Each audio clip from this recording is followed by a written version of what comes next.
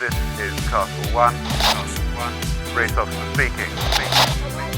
Lane line is on boundary up ahead, 35 seconds out. A bit lower and faster here.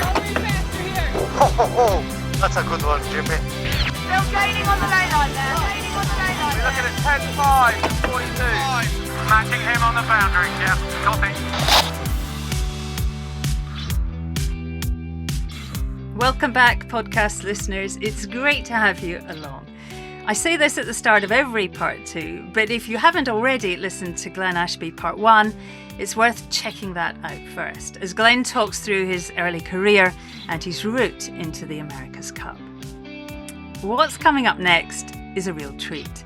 It's a belt and braces look at life inside one of the most successful teams in the America's Cup. The much-told story of Team New Zealand losing out in San Francisco is real Hollywood stuff. But what followed really is like the script of a blockbuster. The meetings, the lack of funding, the determination and the human spirit. The team were so close to falling apart. And central to all of that, our man Glenn Ashby, he was at the heart of it. In fact, I have to quickly say, when we interviewed Grant Dalton for CNN Mainsail a few months after Team New Zealand's win in Bermuda, Dalton talked about the team's sponsors, the loyalty from the government, the fans, the sailing team, the design team, but he singled out one man as pivotal to the success in their AC50. He's a giant part of this incredibly successful outfit. So there's all of that coming up. But before that, if you are enjoying what you hear, then please do head over to buymeacoffee.com/sailing podcast. It's easy to use, I promise, and your support is really appreciated. It allows us to stay ad-free and to keep on delivering these uninterrupted interviews. If you've supported us before, then many, many thanks. If not, it's super simple. Right. Let's get going. We resume our chat with Glenn just after the 2010 Deed of Gift match in Valencia, as Oracle Team USA are lining up a San Francisco Cup that will be sailed in wing-powered 72-foot multi-hulls. I hope you enjoy the time I spent with Glenn Ashby.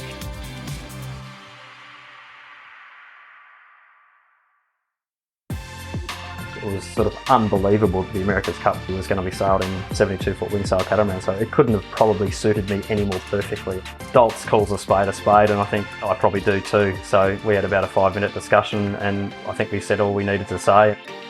The AC72 from the get-go for us was designed to be fully foiling.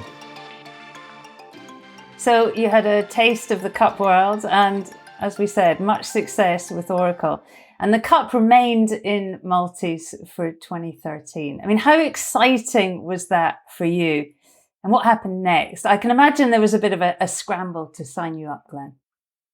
Yeah, look, I was, absolutely rapt that the America's Cup was going to be held in 72-foot multi-hulls. And, I spoke to Russell Coots quite a lot about, geez, it would be pretty cool if you were successful to sail some pretty cool fast catamarans. And I think the decision was made by quite a few people. I think that around the 72-foot size was going to be pretty good, and it was certainly was. I think the excitement of having sort of a purpose-built 72-foot catamaran was pretty cool. It certainly at that particular time when those decisions were made, it was not even a thought of sort of fully foiling the boats by any means. And, big seaboards were sort of the closest thing to lifting foils at the time. And, obviously technology was moving forward quickly, but, for me, it was almost like a dream come true,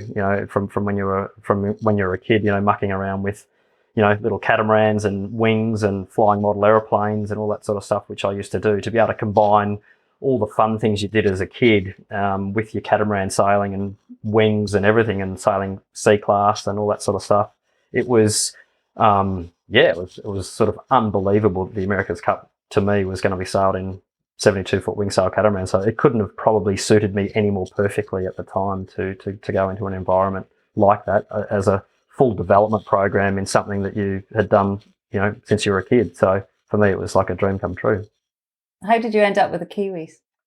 I was actually at my cousin's 40th birthday in Wanaka, near Queenstown in New Zealand, actually, funnily enough.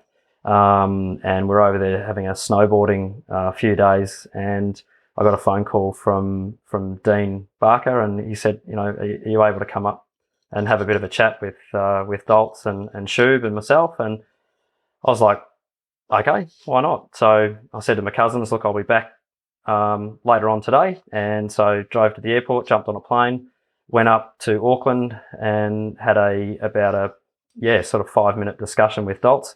And he sort of said, well, what do you think you can bring to the table? And I said, well, this is what I think I can bring to the table. And we sort of clashed heads and walked away. And I joined the team not long afterwards. And Dean and I had a really good few chats, and had some awesome preliminary discussions, and did quite a lot of small boat sailing together. And eventually, we got into the slightly bigger boats, the SL33s, and it was really, sort of joining Team New Zealand for me was something that, it was close to home, it was close to Australia, and I think the respect that I had for Team New Zealand right the way through the version 5 campaigns and I think there was, a massive amount of respect for what they'd achieved. And I think the way Team New Zealand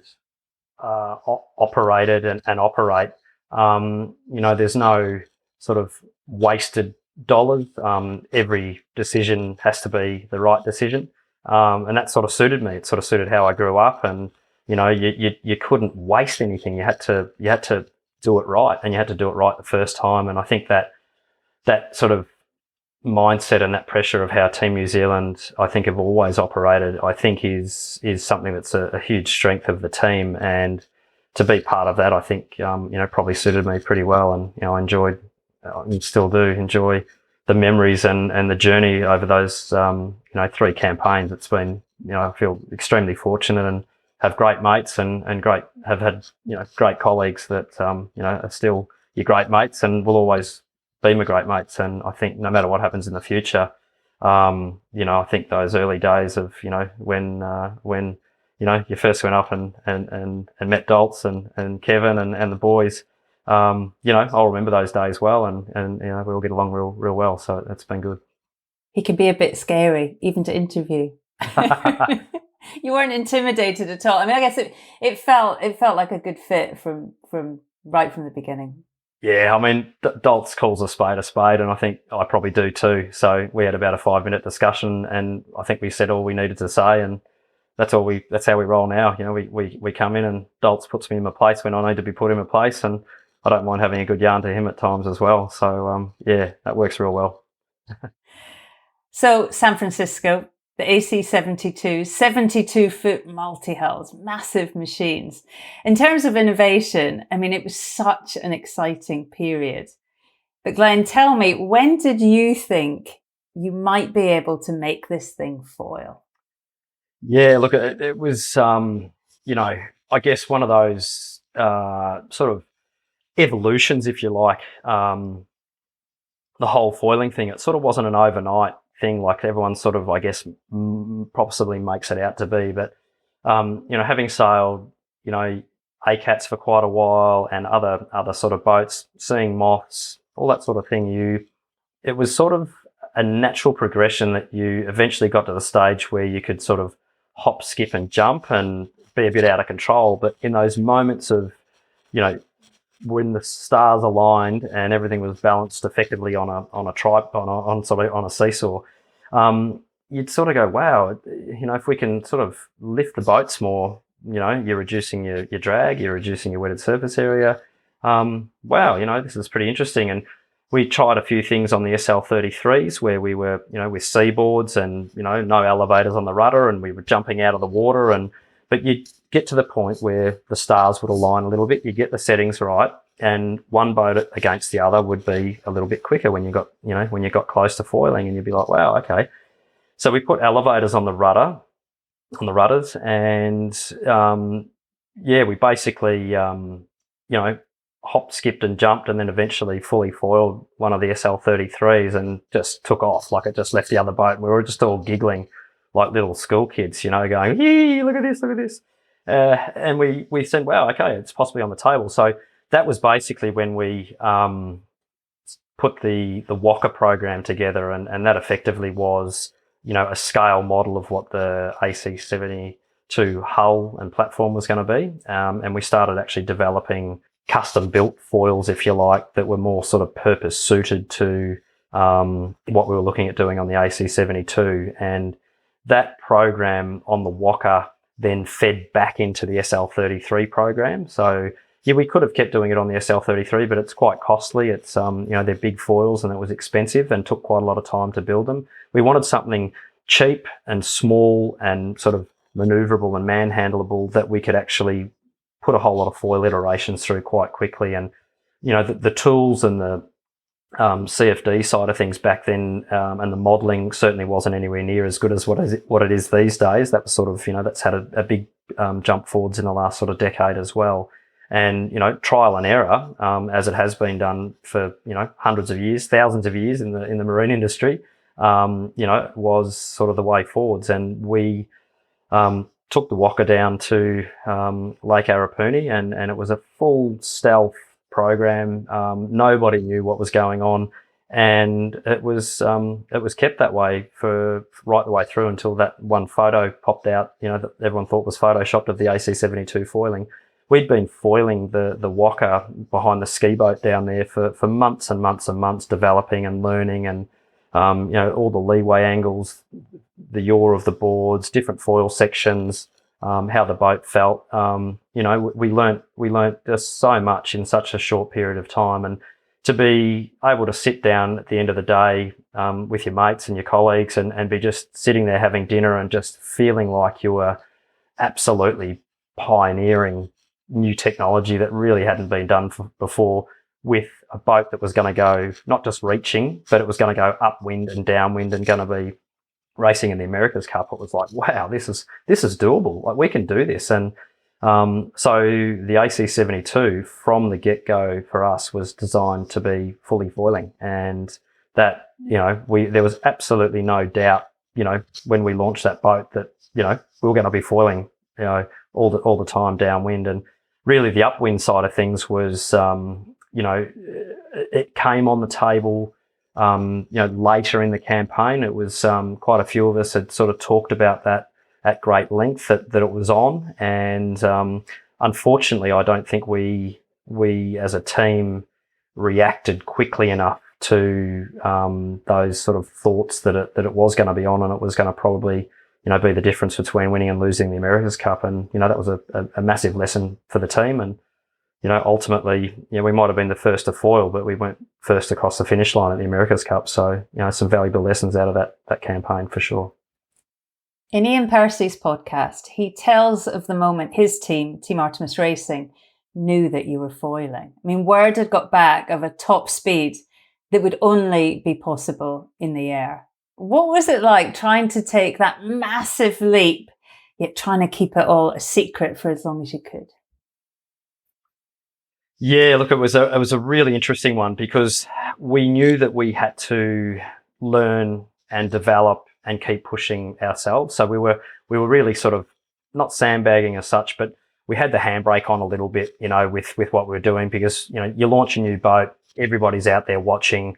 We'd sort of take off and go right around the outside of the Hauraki Gulf to do our testing, and sometimes the recon boats and the spy boats would sort of have to turn back with fuel issues and that sort of range issues and that sort of thing. So as soon as we had some clear runway where no one was really watching us, we'd pull the rake on and wind the thing up and pop it out of the water, and away we go. And as soon as we saw anybody around, we would put the boat back in the water again and sail sort of in semi-displacement mode. And we were really disciplined. It was something that I was certainly extremely strong on, being disciplined with not giving it away. And a lot of the guys in the team were the same. We were, as much as you wanted to foil down the harbour straight away and show the world, look what we've done, it's like we were going to shoot ourselves in the foot, because we don't want people to see what we're doing. And from a distance, it's really hard to tell, if the boats are foiling or not, at that size. So you're only just out of the water,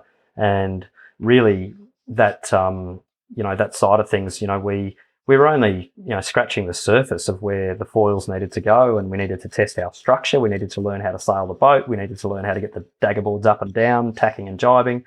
So we had to step forward and eventually, show our cards, if you like. And I remember talking to Nath Outridge actually, and I think I think Perce and Nath. I think Nath. I remember having a discussion with Nath. He remember just telling me, he's like, I got straight on the phone and I'm like, you guys have got to get down here straight away. You won't believe what I've just seen. And he was talking to Perce, I think, and the guys, that we were foiling, and I don't think anyone can believe it. I think those first sort of photos of the boat foiling, where everyone sort of thought that was it was photoshopped. It was like, that's cool. That's cool that people think that, because it just buys you a little bit more time, and as we know, time is absolutely key in the America's Cup, and unfortunately we should have just held it off, maybe another week or two. I was in San Francisco in the build-up to the Cup, and the Kiwi team, they looked so solid in the air, so far ahead of the opposition. What was the feeling in the team? How cutting edge did it all feel? Yeah, look, I think there certainly was, an air of confidence, I think, with the team, which was great. That was really cool. We were out, we were pushing hard, we were really happy with our boat handling, we were happy with our trimming, our speed, the way we were sailing the boat, I think was really good. And we turned up in San Francisco race ready. We were a polished team, as you said, and I think some of the other teams were struggling, to come to grips with the sailing of the boats. And I think really at the end of the day, we designed our boat to sail in strong wind. We knew San Francisco is a breezy place, and we designed our boat to sail from 3 to 33 knots, which is what the rules said. And to sort of have that change to 23 knots, unfortunately just before the event, for us was like, wow, we would probably have done a pretty different boat, if we known it was going to be, 10 knots true wind speed less than what we were, ultimately having to sail in. And, we were sailing in New Zealand in 26, 27, 28 knots of wind speed, which was, absolutely top end. Like 33 is it's almost unsaleable, on a boat like that. And, anything sort of towards the high 20s is absolutely full on. And, we knew that we had to train in those conditions and learn to get comfortable being uncomfortable, sailing in that sort of environment. And, Dean and the guys, and, I remember, some of the the runs we had to do back in on days that we're like, well, we've actually got to, we can't go backwards all the way home. We're going to have to bear away and sail the thing full noise, back to the harbour. And, some of those rides home were, some of the rides that you'll never ever forget, sailing with your mates, just doing speeds that had never been done before on boats that had never been sailed before like that. And, I think when we got to San Francisco, we were race ready. And unfortunately, for us, we just didn't probably quite have the upwind foiling side as dialed in as we possibly could have. And ultimately in the end, with, some time limits running out and some time, wind speed limits tripping and things like that, you can argue it any way you like. But ultimately at the end, the faster boat won the America's Cup, and unfortunately we were on the slower boat. So it was quite heartbreaking, to be honest. That cup from the outside was so compelling. 8 victories on the bounce, but the Americans closing the gap. It never really felt over. Never. Always like anything could happen. And in the end, of course, it did. Describe the roller coaster of San Francisco from inside Emirates Team New Zealand. When did you begin to sense that you were on the ropes? Yeah, look, we knew that those guys were coming at us, and they were coming at us quickly, and we knew that we had to get it done. We knew we had to get the regatta finished as soon as we possibly could, because we knew that, every day that went on, they were getting better at sailing their boat. We knew that their boat was good.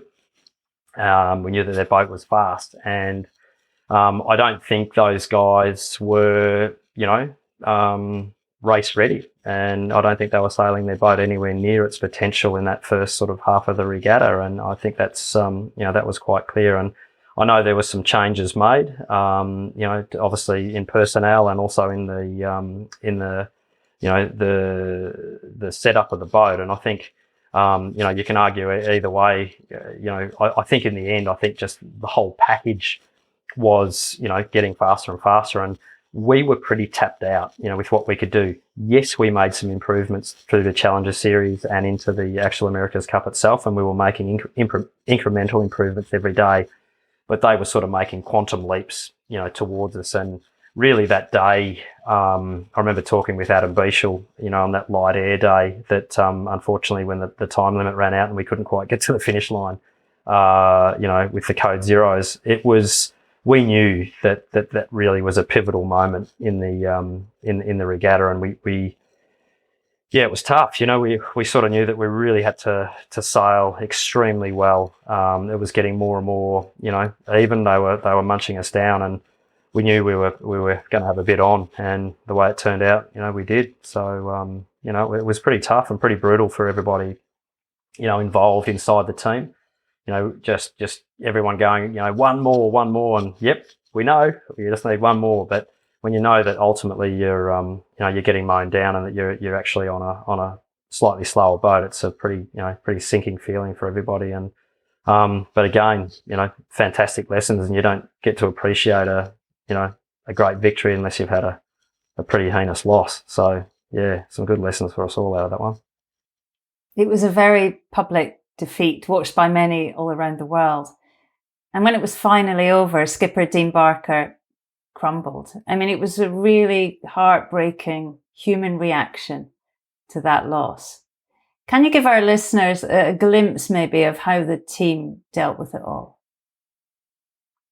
Yeah, look at Dean and myself and the rest of the team, we're all broken. We're all physically, mentally spent, and we were all broken. It was every designer, every engineer, the admin staff, all the boat builders, everyone. We were all just completely broken, and you just everyone had worked so hard, and we'd come so close. It would have been if you had got your pants pulled down and got beaten 8 or 9 straight races, you would have gone okay, well bad luck sort of thing, and we'll have to do better next time. But being so close was probably the bit that really made it hard. And it wasn't until that final race where it really actually sunk in. You always, went out there with a hope that if you have a good race, that you had an opportunity to hold up the America's Cup. And so it wasn't really until it was actually over that it actually sunk in for us all. And,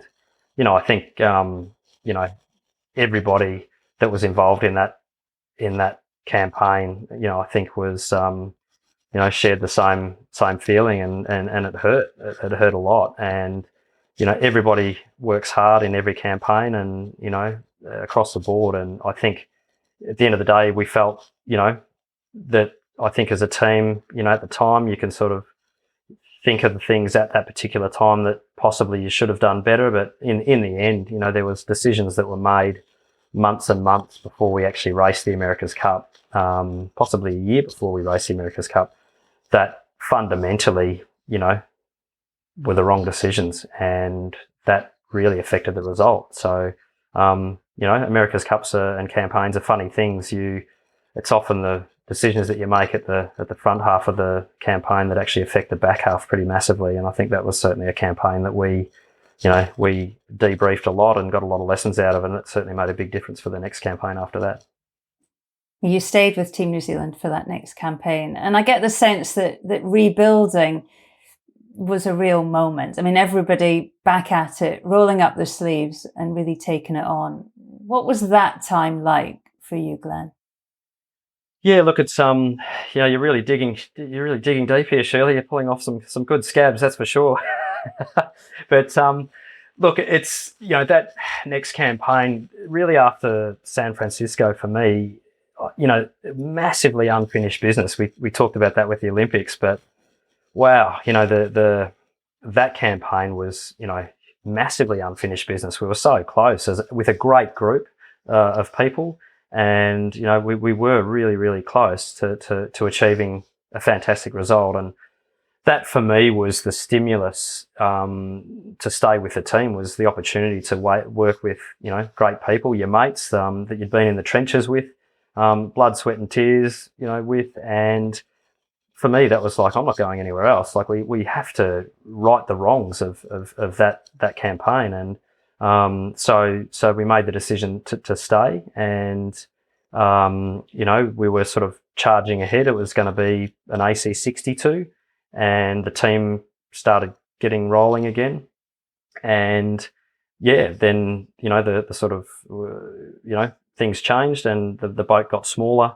And with that, and the event being the qualifying events being taken away from New Zealand, the wheels started falling off the campaign for Team New Zealand. And going from quite a strong team of 70, 80 people potentially down to about sort of 8 or 9 people in the end, when the money dried up and things got tough.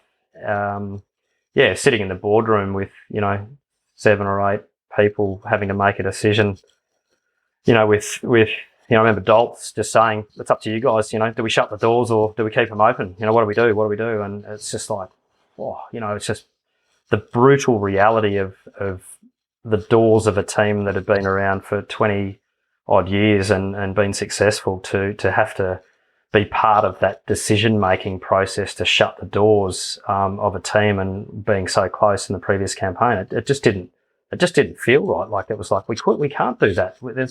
What do we do? We have to do something to keep the doors open. There's just no way.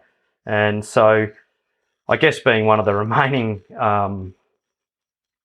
people in the team at that particular time, for me, it was about the people, and watching everybody, sort of disappear and go elsewhere, with no certainty of, the future and being paid, and families coming to your house in tears, not wanting to leave, but knowing they had to because they didn't have any choice.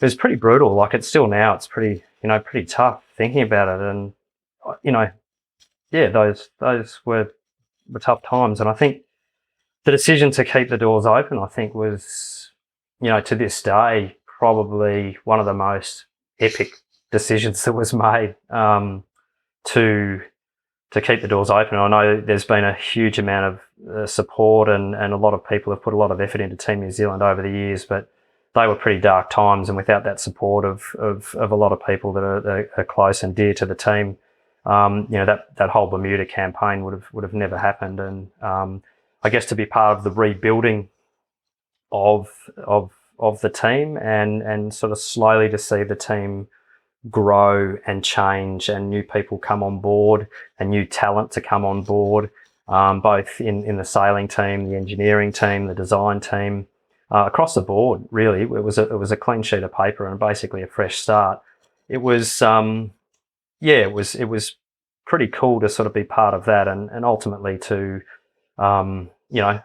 go through, not be on the water. We were years behind the other teams of being on the water testing, and we really, Dan Bernasconi, I think, did a fantastic job of prioritising the simulator development at that particular time, which was really just at its infancy. And we didn't have enough money to get on the water and build boats, but we had just enough money to work on the simulator. So we by default, almost in a way, sort of chose that pathway. But once the simulator got up and running, and just with a very, very small group of us, we did months and months, possibly even years worth of testing and development in a closed room, in a dark room, sitting in front of a big TV screen, sailing an AC50 round and round and round the track, testing wing settings, testing foils. Yes, we weren't on the water, and we were miles behind the other teams. Like, we were so far behind. But we just kept chipping away, and I guess that, never give up attitude, that was sort of conveyed to the wider team, as we went forward. We got to the stage where, we put our test boat on the water. We started to learn to sail it, and we were getting better and better, and the confidence kept building. And you know, you went on and you went on, and eventually you got to the point where you thought, wow, this is, we may have a chance. We may have a chance here. And obviously, you know, we had to make some pretty big calls on the cycling and our wing control system, and the whole way we sailed the boat was really different to the rest of the teams. And we had to make some bloody big calls, and we had to bite them off early, and we had to chew like buggery to make it all happen. And that campaign for me, I mean, the last campaign, you know, was awesome and super special on the AC75 for sure. But that Bermuda campaign was something for me personally that I think after being through San Francisco, and then being part of that campaign was, it was pretty special. So I think for me, that'll be the all-time highlight of my sailing career. I think making it through that campaign and, you know, and ultimately being successful. They made you skipper, Glenn. A proud Kiwi team pick an Aussie as their leader. I mean, that has to be a big deal. What did you think about it? Maybe I was the only one left. Maybe they had to. I don't know, Shirley. I don't even know how I got the role, to be honest. But look, it's, I mean, extremely, you know, proud. And really it was just it's just a title. You know, it doesn't change who you are and what you were doing and the people that you work with. For me, it was just a great group of people that you were just a part of. And those guys and girls that are your mates, you know, we all went through it together, and you know, we all had our roles to play within the team. And it's one of those ones that, looking back at that whole campaign, was there was some definitely some interesting memories, you know, thinking back about that. But again, just something that I think, you know, everyone that was involved in that campaign, again, it'll be one to never forget, and be something that we'll all cherish for the rest of our lives. How the hell do you keep that a secret in the world of sailing, where everybody knows everybody? We actually didn't have our full quiver of new equipment until about 23 hours, I think, before the first race of the America's Cup. Having been in San Francisco, it was never going to be over until you actually crossed the finish line. From the outside, it felt like the Kiwi team had really shut the doors. No press, late and last into Bermuda.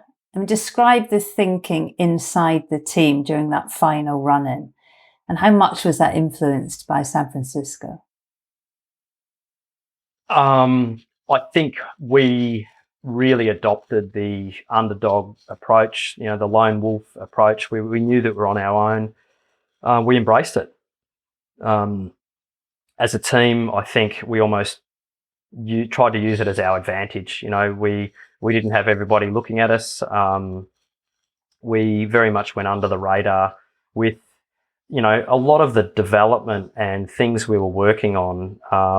I think we did a really good job of keeping things under wraps. And I don't really think, you know, after 18, 20 months of cycling development behind closed doors, the cat never got out of the bag until our race boat wheeled out and went into the water for the first day, and there was no grinding pedestals in it. There was bike seats poking out of the cockpit. How the hell do you keep that a secret in the world of sailing, where everybody knows everybody? And you know, I think it's a testimony to the strength of the team. You know, we knew that we had to keep our heads down. We knew that we had to keep things quiet, and we knew that if we could do that and keep under the radar, that possibly those decisions that we made would be to our advantage, and we didn't want anybody to see what we were doing. And I think, you know, that sort of secretness, if you like, that we had, I think really resonated through the whole team. And you know, we were so up against the ropes, we just sort of had to believe that what we were doing was going to be the right thing. And you know, obviously the wing control system, you know, learning to sail the boat with a control box and all your functions of the jib, the wing, for me was, you know, you got to reteach yourself a lot of things that you've taken for granted over the years. You know, it's you can't ease the wing if you don't move the joystick. So not having a rope in your hands after growing up sailing for 30 years and retraining the way you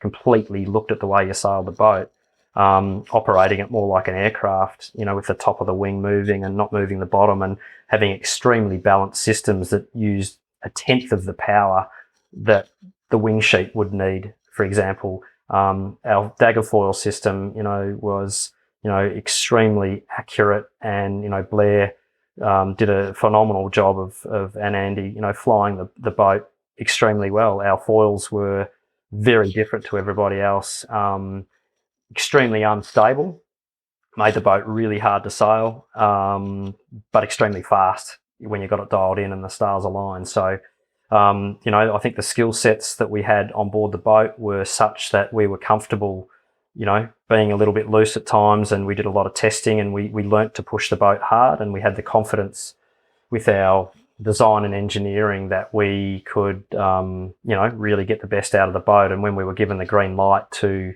sail the boat hard, we could, and we, I think as a team, sort of went from leaps and bounds in our program, and it just sort of, the momentum never really shut down all the way through to the Cup itself. Like, we just kept ramping it up right the way through the America's Cup until that final race. And I remember, we'd go out in the morning to keep testing and developing before the race afternoon. We'd go out and do an hour and a half of testing new elevators and testing new wing settings and foil adjustments and things that were, control system adjustments. And that was the philosophy of the team. It was keep developing, do not stop developing, do not stop learning right the way through until the end. And that's something we didn't do in San Francisco well enough. And I think it was something that we did extremely well in Bermuda. And ultimately, we got the best out of our boat. And I think the boat we had was, enabled us to go well as well. As you said, you rocked up to Bermuda like you'd read a different set of instructions to the others. Bikes, X-Boat technology, an advanced simulation program. And Daltz famously says the team threw the design ball as far as they could in the hope that designers, engineers and sailors could go and get it. When you got to Bermuda, how much did you all believe it was going to be enough? We had absolutely no idea how we were going to go. We really didn't know exactly how we were going to go. You sailing around in Auckland, in New Zealand by yourself, you're relying on recon of the other teams. You see their speeds roughly, you see their angles roughly. You don't really know what the true wind speed is. So there's so many variables. It's hard to get a really good gauge of exactly how you're going. So as much as you sort of, everyone says, we think you're doing this and we think you're doing that, the reality is you don't know. And you actually need to be on the same piece of water in the same breeze as your opponent to get a gauge. It's as simple as that. And so once we got to Bermuda and we actually got out on the water and, we sort of did our shakedown of the boat and got out and started sort of, sailing the boat in anger, with our gear, we, got a little bit of a feel of how we're going, and all the other teams didn't want to line up with us. We got there and we were, sort of, again, sitting in the corner, in the naughty corner by ourselves with no one wanting to come and play with us. It was quite interesting, but I think, the human nature of the sailors on the other teams, they absolutely want to go and find out how we're going. So I'm sure there would have been a lot of robust discussion, I think, with the other teams, between themselves going, do we go and line up with Team New Zealand or don't we? And for us, we still had a lot of powder in the tank that we didn't have, that was still getting built in New Zealand, that we were getting across. So when we rocked up in Bermuda, we had old rudders, old elevators, and a whole lot of old stuff. And we were so late with our program that we had new gear that was getting laminated and just even the start of getting built when we were going into the Challenger Series. So we were, having to sort of get by with our old gear, get the best out of it, make it as quick as we could, knowing that if we could make it through to the next round, we'd have some new gear to use. And if we could get through that round, then we'd have some more new gear to use. It was even better. So we actually didn't have our full quiver of new equipment until about 23 hours, I think, before the first race of the America's Cup. It was the first time we had our full fruit bowl of fruit. And even then, we still kept learning and developing and actually got, I think the biggest improvements were in actual fact how we sailed the boat in that last sort of week or so of sailing. We sort of took that to a whole new level, and the boys, that was epic. To be able to keep pushing hard and take big gains just in sailing better. But it was pretty cool to just be having a package turn up. People were flying across from New Zealand with elevators in wakeboard bags, pretending that there was a wakeboard to get them on the aircraft, so we could race with them, a couple of days later. So pretty cool stories and some fun and games there. And, it was some cool memories. And I think at the end of the day, really, that was the whole beauty of that campaign. It was just in time, but it all came together just in time. And that was pretty special. Well, you were going well, but we all held our breaths when you capsized in that infamous race against Ben Ainsley's BAR Racing. Where were you in that capsize? What was it like? And what was that night in the Kiwi shed like? Yeah, look, it was obviously very much not ideal, the old capsize, but it was, and it has been recognised as probably one of the defining moments in that campaign. And the coming togetherness of the team after that event was a pretty special moment. And I think knowing that we had a package and a boat that was potentially fast enough to win the America's Cup and to beat Oracle was pretty special. And myself, I remember sort of bearing away as we were and capsizing the boat. It was one of those ones that we'd basically broken our heavy air wing that we went out with pre-race. No one really knew much about that on the TV. We went out and we were sailing through, out to the start line, and basically, we're doing 32, 33 knots upwind. Bang goes the wing. We broke the bottom panel just above the main sheet of the D spar actually failed, and that was unfortunately a construction error, which was unseen. We didn't know at the time, and what we did, we managed to get the boat back. The course area had closed, so we had to sort of race our way back to the dock. The shore crew did an unbelievable job. We had our other wing half pulled apart for servicing when we got back to the dock. So they were madly putting that wing back together again and getting all the hydraulics bled and get everything, reassembled. 45 minutes later, we were new wing in, our good race wing, which was our sort of more medium to light air wing. Just made it out to the start line, as we know, by a short margin. And we did the first race against Ben with that wing, and then obviously the wind sort of kept increasing. And unfortunately, we rolled the boat over. But obviously I was at the sitting next to Pete sort of when we went in, and just seeing the guys, looking over the front of the boat, as we went in, just watching the guys getting catapulted off their bike seats, basically, smashing through the fairings and sort of going past the dagger foil, sitting there, as a razor blade was pretty sketchy, and not sort of seeing the aftermath of where everyone was straight after was pretty worrying. But knowing that everyone was okay, 30 seconds or so later was, a massive relief. As we've seen in the past, sometimes it's not quite as nice. But Simon van Veldhoven, who was in the front seat, basically went forward and put the dagger board into his helmet, and basically had the tiniest little scratch on his nose and a big V indent in the front of his helmet where he went forward into the board. So we're really lucky that that didn't end up worse. But at the end of the day, we got back to the shed.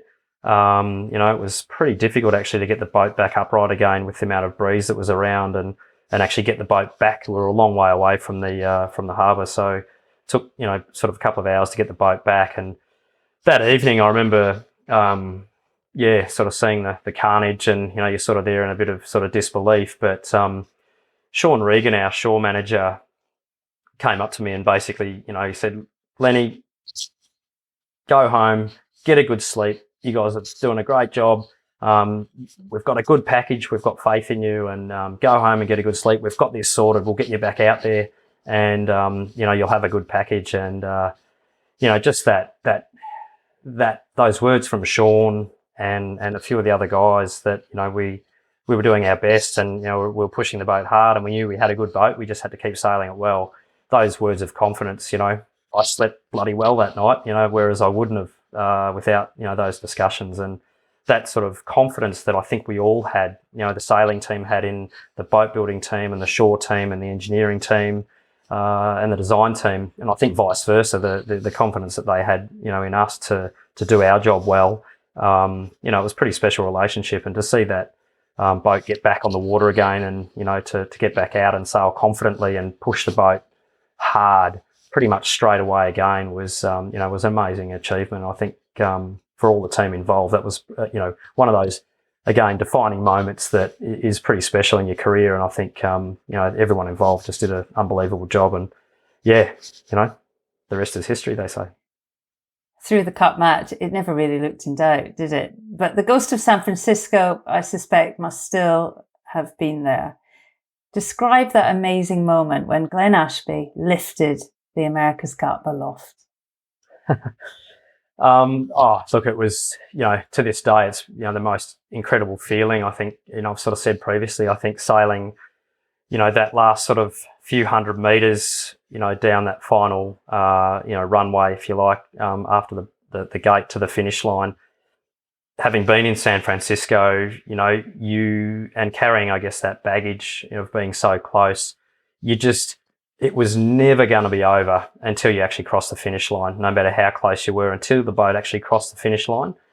For me, anything could have happened. And so crossing the finish line for me, it was almost like you could exhale for the first time, in a couple of years. It was an incredible feeling, really, really just unbelievable. And to lift the cup up, with Pete and the boys was absolutely epic. And I think, for the whole team, it was, it might have been the sailing team and a few of the guys up on stage, but really everybody was there, and it's for everybody. And it was just such a fantastic moment to be able to do that, together, and to do that for all the people that had sort of stuck with the team, through the thick and thin, to be able to sort of go from the absolute bottom of the barrel to the very, very top of the pinnacle peak. You couldn't have got more of a disparity between, a terrible situation to a fantastic situation. I think that's what made the victory such a special occasion for New Zealand, for all the people, all the team, and the sponsors and supporters. I think it was almost unbelievable that we pulled it off as a group. And I think that's something that it was so special about Bermuda, was just the fact that it was just such an unbelievable turn of events. And, it was something that I think I'll never ever forget, absolutely holding it up. It was a great thing. Nice to hold it up again last time as well. Don't get me wrong. And previously as well. But, wow, Bermuda was something that I think it had a special mana about it that was it was a very unique campaign, which I think will never ever be the same. We interviewed Grant after Bermuda about why his team had bounced back, and he credited the team's approach to innovation, but also singled out a certain Glenn Ashby as the glue between the sailing team and the design team.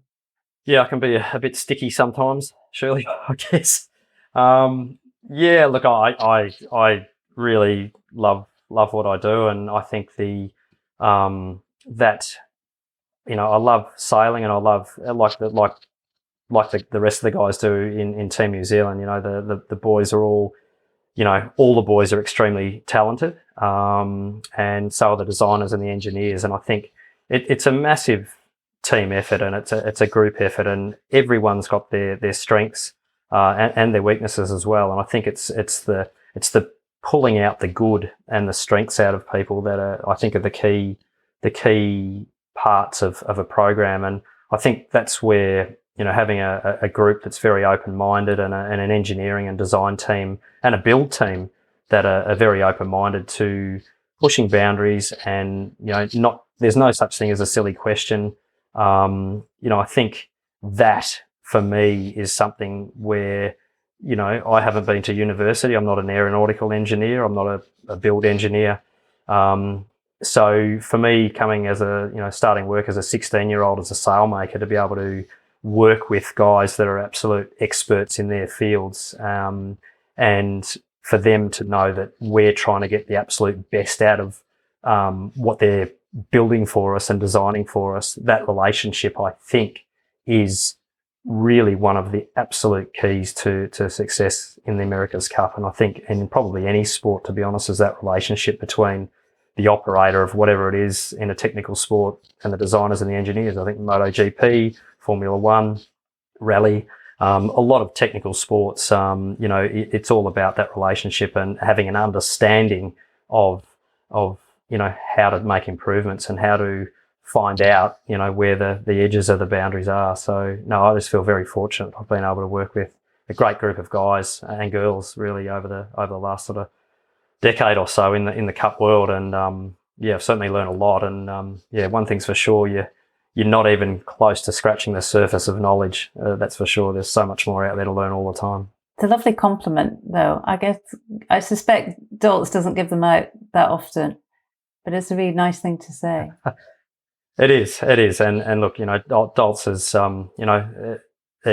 he's been, you talk about glue of sort of holding, teams together and holding things together. I think, he's got to have a bit of a look in the mirror as well. It's, I don't envy his role and his position over the years. I mean, he's, what he's had to deal with and put up with and take on board, he's got some thick skin, that's for sure. And he's obviously taken a lot on board. And, for him,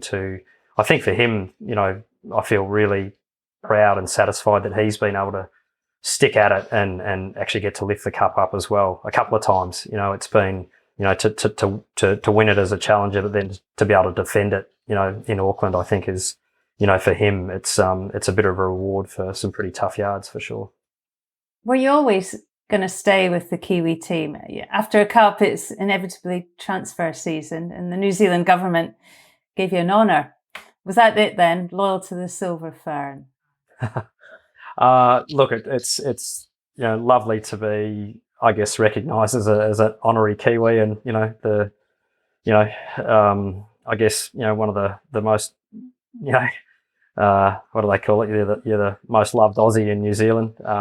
That's fine. I'm happy with that. That's all right. It's again, there was opportunities to go elsewhere, but again, working with a really, really fun and great group of people through the Bermuda program, it simply just didn't sort of feel right to go anywhere else.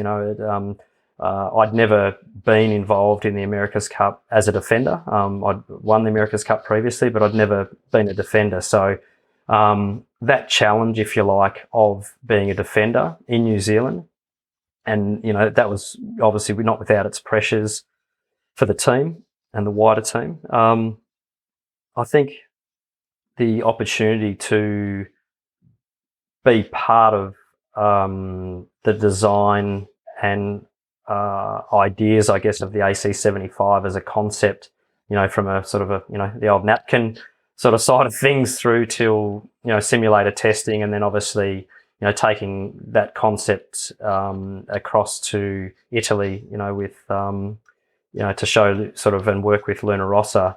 That was an amazing period of design and free thinking, if you like. And, I was sort of really sort of quite looking forward to and enjoying that free thinking period, and what could you do, with a 75-foot monohull, how there was 6 or 7 concepts that were on the table, and Just the fun and games of going through all those and working out what were going to work and what weren't, and what conditions some were going to be good and some weren't. And that was amazing. Like, that was a extremely enjoyable, and interesting period. And I think, hats off to the design team, really, ultimately, for and engineering team for what they created in the end, because the fact that this next America's Cup, the AC37, is going ahead with the same class with very, very minor class rule changes is an absolute testimony to those that were involved. I think that was a phenomenal boat that really had a lot of knockers and a lot of people, pretty sure that concept wasn't going to work and be a dud. And to come out and see the type of sailing that we were doing and the racing and how well the boats actually performed and manoeuvred, I think, I feel really proud and pleased that, we were able to be part of that. It's been super cool. I remember when they announced to the world what the boat would be, no one could understand how it could work. They thought it was going to fall over. I mean, this last cup, Glenn, for anyone, who loves innovation and efficiency, it must have been so fascinating to have the chance to design the boat and then to work out how to sail it at home. It's a pretty unique set of parameters. When you look back at this last campaign, what are your memories of the project and the challenge that you all took on? Yeah, look, it was a really interesting one, because you can jump on the simulator indoors and you can sort of have a bit of a sail and we can sort of do it, and we can sail the boat roughly. But that we never had a test boat.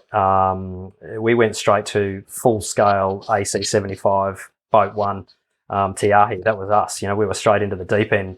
Full squad, full team, and full size. And we didn't even know how we were going to tie the thing up against the chase boat to get it out of the pen. It was pretty full on, taking that on at full scale. And to be honest, seeing Ben and the guys, with their little test boat, and obviously, the Americans with their test boat, you almost sort of breathe a little bit of a sigh of relief seeing those guys out ripping around, going, wow, okay, we haven't had a complete shocker. At least it sort of works, and they're off and boosting around. So it was sort of a validation, if you like, of your toolbox and your tools that you developed the boat. That was everything. You hadn't had a complete Barry Crocker with the design side of things. So really, for us, getting on the water at 75 foot scale, I just remember those first sort of couple of sails that we had, of just how loose the boat was and how out of control we sort of were as a sailing team, having never sailed anything like that.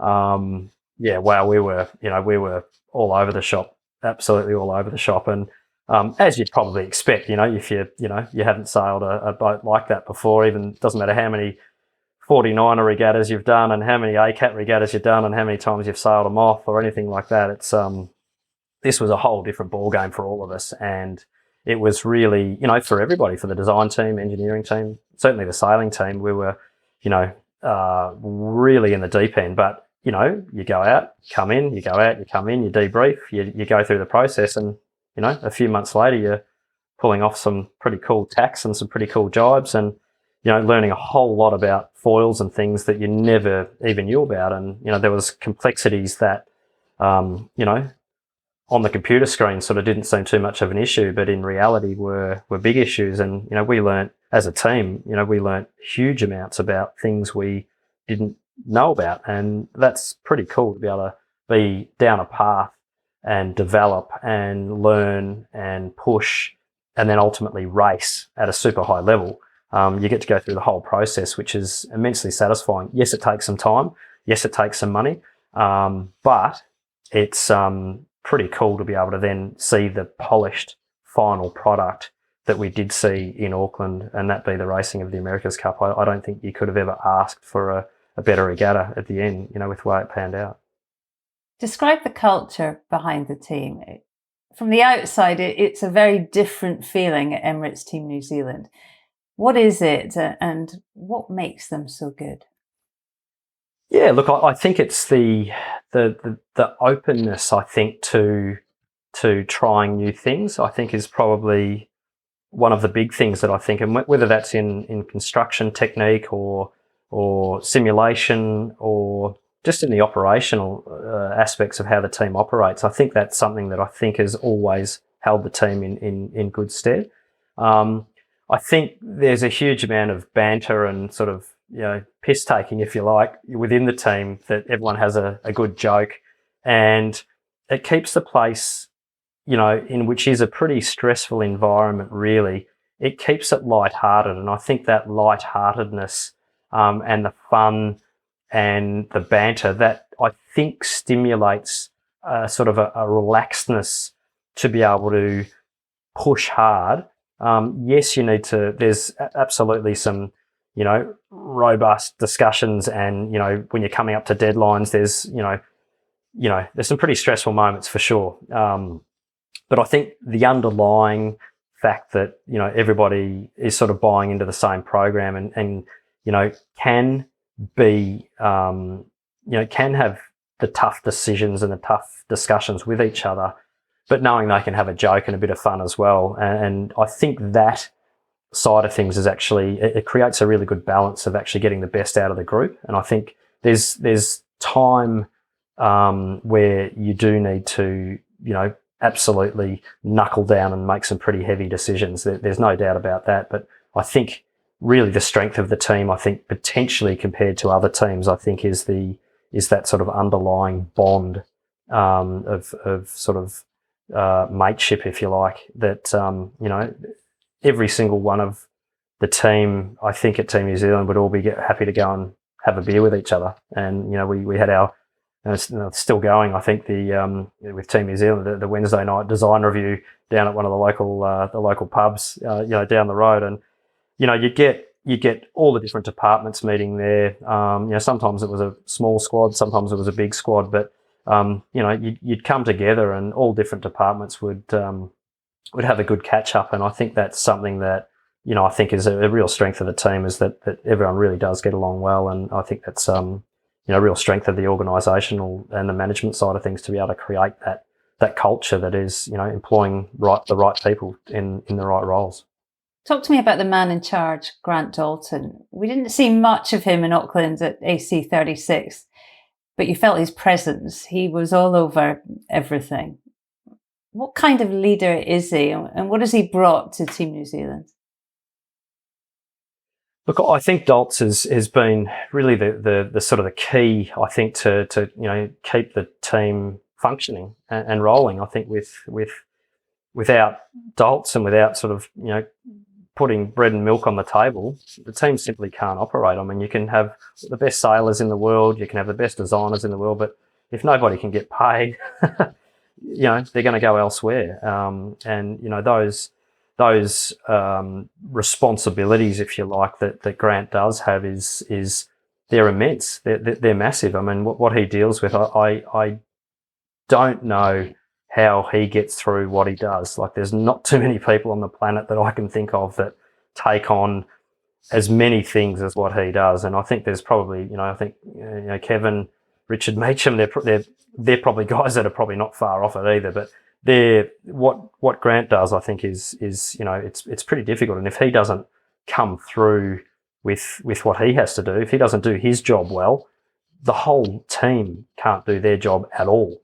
So it's really, it's really been a massive responsibility, I think. And as I was saying before, I think for Daltz to be able to lift the cup up, as a challenger and then as a defender, at home, I think is testimony to the hard yards. And, you sort of think, you got to work hard to achieve success. And I think there's no question that Daltz hasn't worked hard for success, that's for sure. Favourites throughout, and despite the hype, you won in style.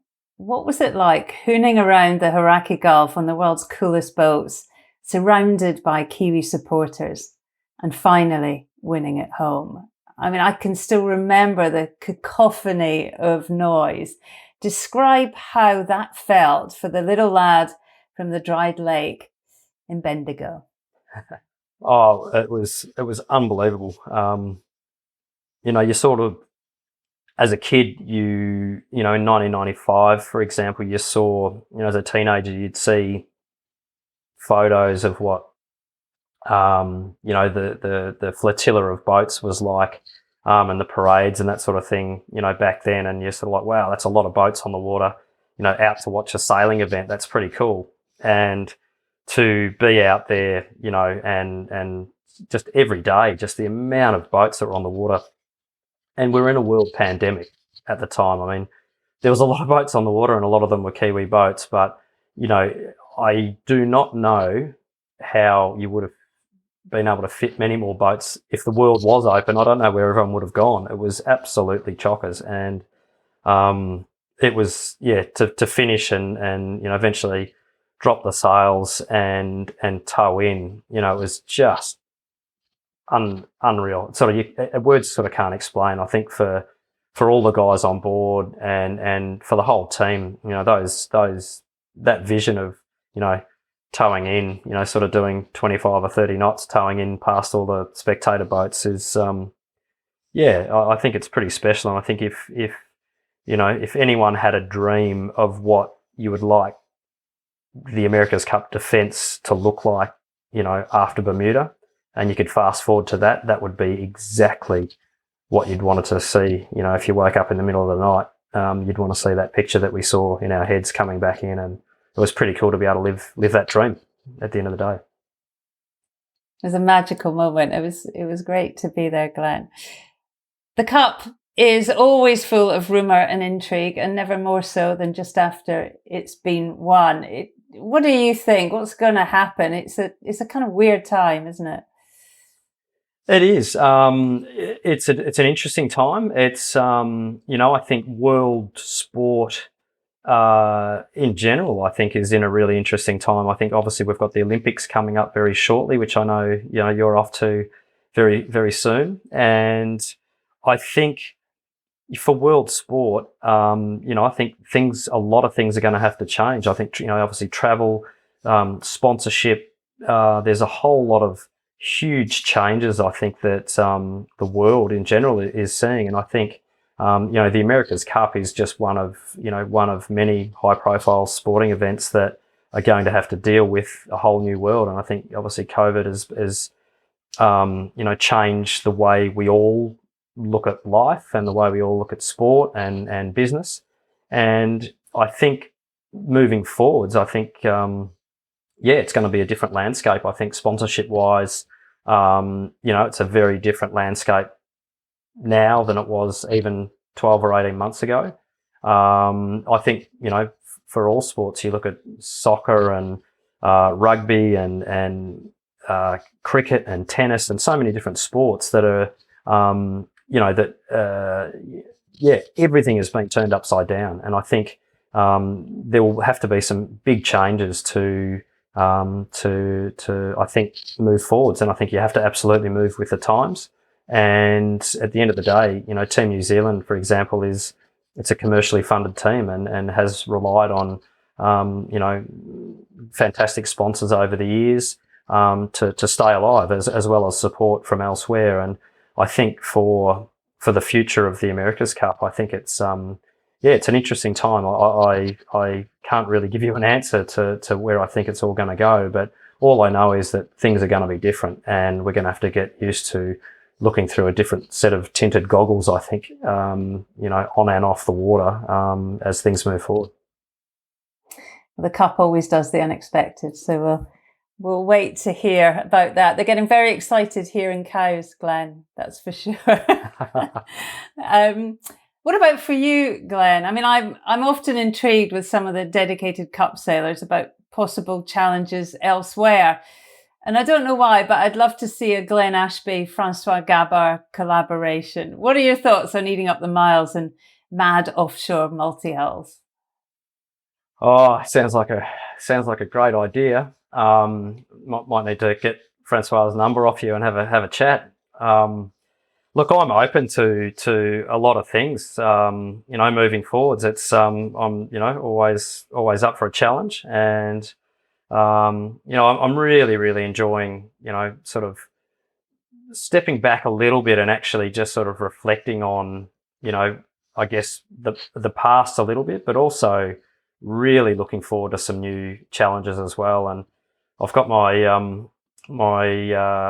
rally bike, my Husqvarna sort of Dakar rally bike, sitting down in my garage at the moment, which I'm looking at spending 2 or 3 weeks on with a mate very shortly, riding through the desert across Australia from one corner to the other. And that 3 weeks for me, I think will shed quite a lot of light and mental clarity on what my future direction will take. And I think there's nothing quite like, I think, sitting in the dirt, out in the middle of nowhere after a big event and looking up at the stars and actually just reconnecting with, where you need to go. And I think that battery recharge for me is something that if I don't get that right, as I said previously, you don't make the right decision. So I'll be looking forward to that. And who knows what the future holds, but definitely ready for some new challenges in the future, that's for sure.